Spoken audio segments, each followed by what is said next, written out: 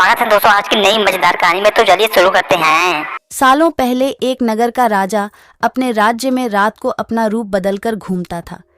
वो रूप बदलने के बाद लोगों से मिलकर अपने यानी राजा के बारे में जानने की कोशिश करता और उनकी समस्याओं को समझता था। एक रात जब वह नगर घूमकर आया तो अचानक जोर से बारिश होने लगी।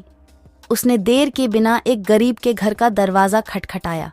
राजा के दरवाजा खटखटाने के बाद घर से एक व्यक्ति निकला।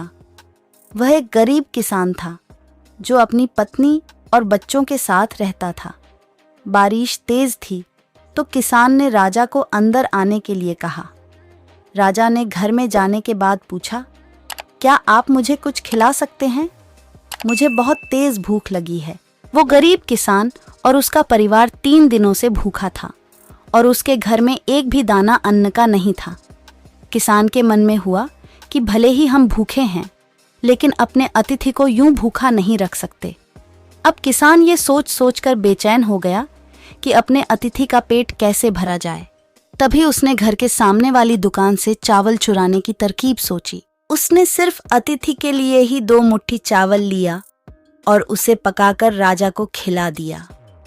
तब तक बारिश रुक गई थी और राजा अपने घर चला गया। दूसरे दिन दुकान का मालिक अनाज की चोरी की शिकायत लेकर राजा के पास पहुंचा। राजा ने दुकान के मालिक और उस गरीब किसान को अपनी सभा में प्रस्तुत होने का आदेश दिया। सबसे पहले सभा में पहुंचे किसान ने राजा के सामने जाकर अपनी चोरी का इल्जाम कबूल कर लिया और बीती हुई रात की पूरी बात राजा को बता दी।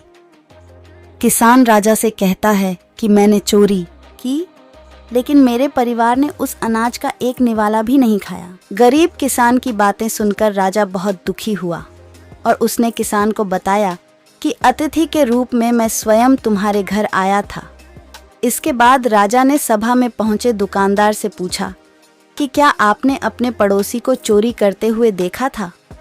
दुकानदार ने जवाब दिया कि हाँ, मैंने इसे रात में चोरी करते हुए देखा था। दुकानदार की बात सुनने के बाद राजा कहता है कि इस चोरी के लिए मैं पहले जिम्मेदार हूँ और फिर दूसरा तुम हो, क्योंकि तुमने अपने पड़ोसी को अनाज की चोरी करते हुए देखा मगर कभी उसके भूखे परिवार को नहीं देखा।